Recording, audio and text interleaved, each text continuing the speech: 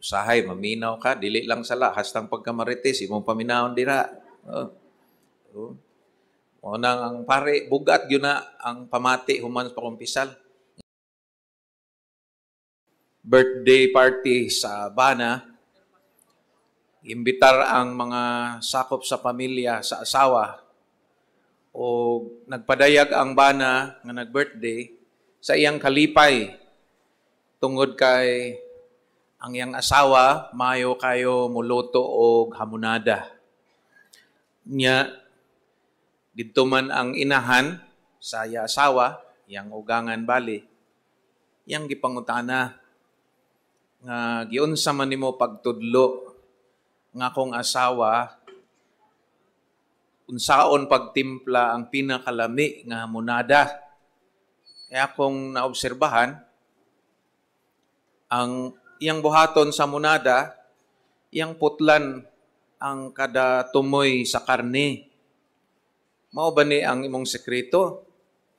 Ingon ang inahan, ambot lang dong kay ang akong pagluto sa hamonada nga akong putlan ang kada tumoy sa karne, ako man lang nasunod sa akong inahan.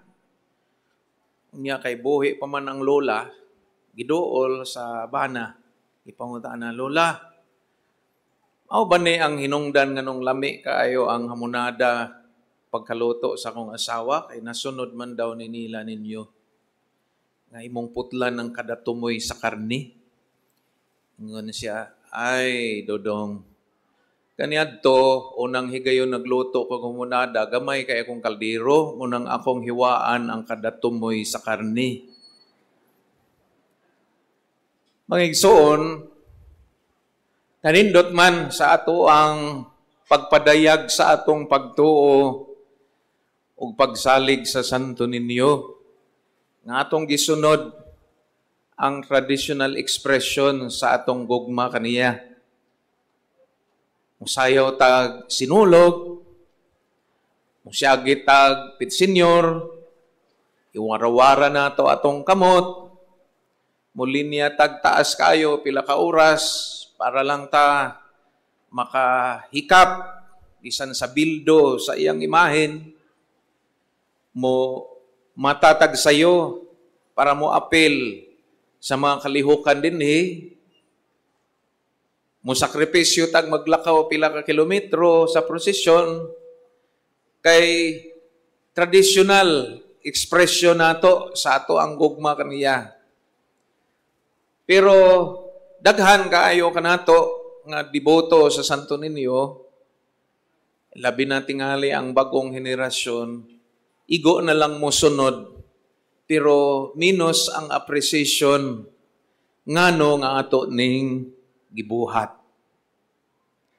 Ganyan to sa gamay pa kong bata, kuyog ko pirmi kada pista senior sa akong lola. Nya, mulinya mi diri taas kayo ang misa adto pa dito, wala pa ning Pilgrim Center. Plaza pa ni diri ang stage dito dapit. Kay numdum ko pirmi ni Father Galindez kaniadto. Muingon akong lola, maglinya may pila ka oras tungod sa kadaghang tao. Gunit sa akong sinina. Kay kung makabuhi gani ka sa akong sinina, mawagtang ka. Makabuhi gani ka sa akong sinina, mawagtang ka. Ayaw gyud pamuhi. Tinuod mga igsoon, napilit gyud to sa akong panumduman ang gisultis kong lola nga. Gunit gyud og ambot unsa ang pagkaunsaa tungod sa kasimple, kayanos panguna-una sa usa ka bata nga basta magunit lang ko sa sinina sa akong lola, sigurado gyud ko nga dili gyud ko mawagtang. Bisan tingali mahadlo ka magtan-aw sa kadaghang tao, nya bata pa, wa pa kay sense of direction. Pero tungod kay nagunit man ko sa sinina sa kong lola, I have peace of mind and I am very sure nga di gyud ko mawagtang. Usa tingali ni kabutang nga atong tan-awon mga igsoon nga atong i-appreciate ang mga tradisyonal natong gibuhat nga nasunod nato sa atong mga katigulangan. Kay kung imong tan-awon, bisan kanilang pagsayaw sa sinulog, kanilang pagsyagit sa pitsenyor, kanang pagwarawara sa kamot, di ni mo na mahimo kung dili ka malipayon. Expression man ni siya sa tao nga napuno sa kalipay tungod sa iyang gugma ngadto sa Dios. Sa Dios nung bata, malipay manggani ta makahuwa mo og bata sa atong silingan, atong kugos-kugoson.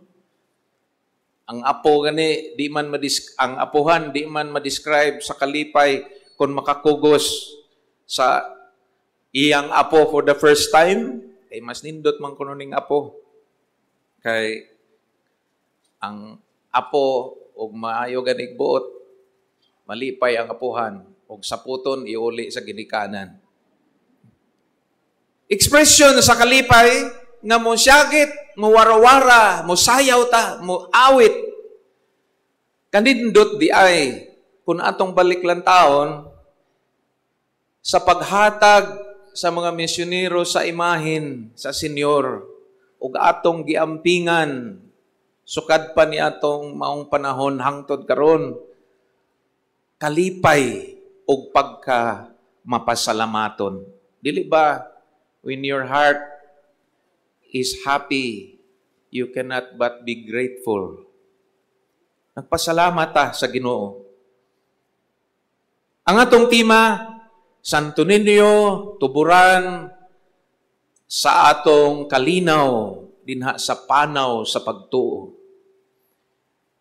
Ang kining kalinaw mga igsoon, tuburan ni o gipasikaran ni siya sa tinud-anay kalipay. Di man mo abot ang panahon nga we are completely void of any worries and problems in life. Kinsa ba nato ang way problema o way mga kabalaka sa kinabuhi? But when you have peace of mind,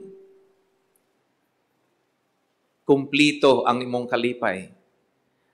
Dili man nato ni ma-describe din taas kaayong pakigpulong, pero ako lang mong pambitan sa usa ka kasinatian nga nakakita ko unsay naong sa tinud-anay kalinaw o kalipay. Lay minister na mo kaniadto. Gikan kong nagpakumpisal tibok adlaw kay Semana Santa man. Nasod na sa Semana Santa. Ganahan na ta akong mupahuway pag kagabi pero ang lay minister ingon pader. Manihapon tas balay. Ingko nga naman brad on sa may okasyon mo pahuway noon ta ako kay bugat ba kay ning magpakumpisal ta kay di biya na good news ang mohang gipaminaw. Usahay maminaw ka dili lang sala hastang pagkamarites imong paminawon dira. Unang ang pare bugat gyud na ang pamati human sa pakumpisal. Insa sige lang pader mangaon ta didto. Mag food trip ta kung ano man. Insa pader 8 biya kay buk akong anak. Ya, kay baw biya ka driver ako sa jeep. Niya akong asawa, apil man na siya diri, katikista man na siya, labandira ran pud na siya. Pero kay baw ka pa din, kanang graduation ganiha sa akong anak, kamanghuran, ikawalo. Last na lang yun, human na sila tanan pader. Kay baw ka pader, pwede na gyud ko kuwaos Ginoo. Kana bitaw mga igsoon nga makakita ka sa naong sa tinud-anay kalipay. Di na ikabaylo oy. Unya nakita na ako bisag kapoy na god nya cholesterol na pod ni arthritis na pod.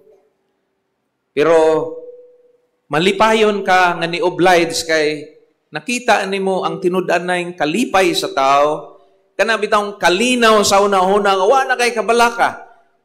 Kung imuhang tan-awon pobre lang siya pero di mo mapalit ang iyang kalipay bisag unsa, iyang sense of fulfillment, iyang gi-express sa gratitude nga nagpasalamat siya sa Ginoo Unya akong nabantayan sa iyahang jeep, mga igsoon, nasa isang tuninyo gibutang sa dashboard. Unya, ako siyang giingnan, Brad, kasagaran sa Santo Niño kung makitaan sa dashboard sa sakyanan, no? Puno og abog. Kung imo, lagi ni abog. Ingon siya, ako maning hikapon kada buntag, pader inigdayon akong drive. Ako inon, Santo Niño, imo kong gihatagag dagang anak, 8 guni kabuok. No?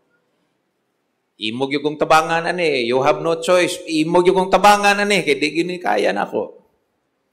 Unya ang yang kalipay nga nag-graduate na silang tanan, kamanghuran ni graduate na, puwerte niyang lipaya. Tiyawa na ko'y pangandoy pas kinabuhi pader. Pwede na ko kwaos Ginoo. Matag usa ka nato mga igsoon natay mga episode sa kinabuhi nga makaingon ta pwede na kog kwaos Ginoo kay human na, no? Kana bitawng Lord, your will be done. Human na ang tanan, no? Imbis nga moamba ka sa Mactan Bridge, bisag teenager pa kanya, musyagit kag walang forever. No? Mga igsoon, ang tinud-anay nga kalinaw mao gayod ang kapasikaran sa tinud-anay nga kalipay. Ang atong katigulangan nagpadayag sa ilang kalipay sa gasa, sa pagtuo, gisimboluhan sa atong pagdawat sa Santo Niño. May labaw pa ba nga katinaw sa imahen sa tinud-anay nga assurance of inner peace sa Santo Niño nga imahen? Iyan ako nang gigunitan ang kalibutan, mabalaka pa ka unsay mahitabo. If you truly have faith, you will have peace of mind. Kay nigtanaw nimo, God is in control. Dili man kita makaabot sa panahon nga matuman ang tanan natong gusto sa kalibutan, pero sa tinud-anay, kung may pagsalig kita sa Dios, maangko nato ang tinud-anay kalinaw kay ang Santo Niño amo ang in control sa tanan. Hinaot nining atong pagtambong sa mga ordinaryo sa Pista Senior. Iya kitang hatagan sa tinud-anay kalinaw sa atong kinahiladman kay bisan unsa pay mahitabo sa kinabuhi kung ang atong pagsalig, pagtuo, pagkamampuon, anaa sa Santo Niño, malinawon kita, bisan unsa pa atong kahimtang sa kinabuhi.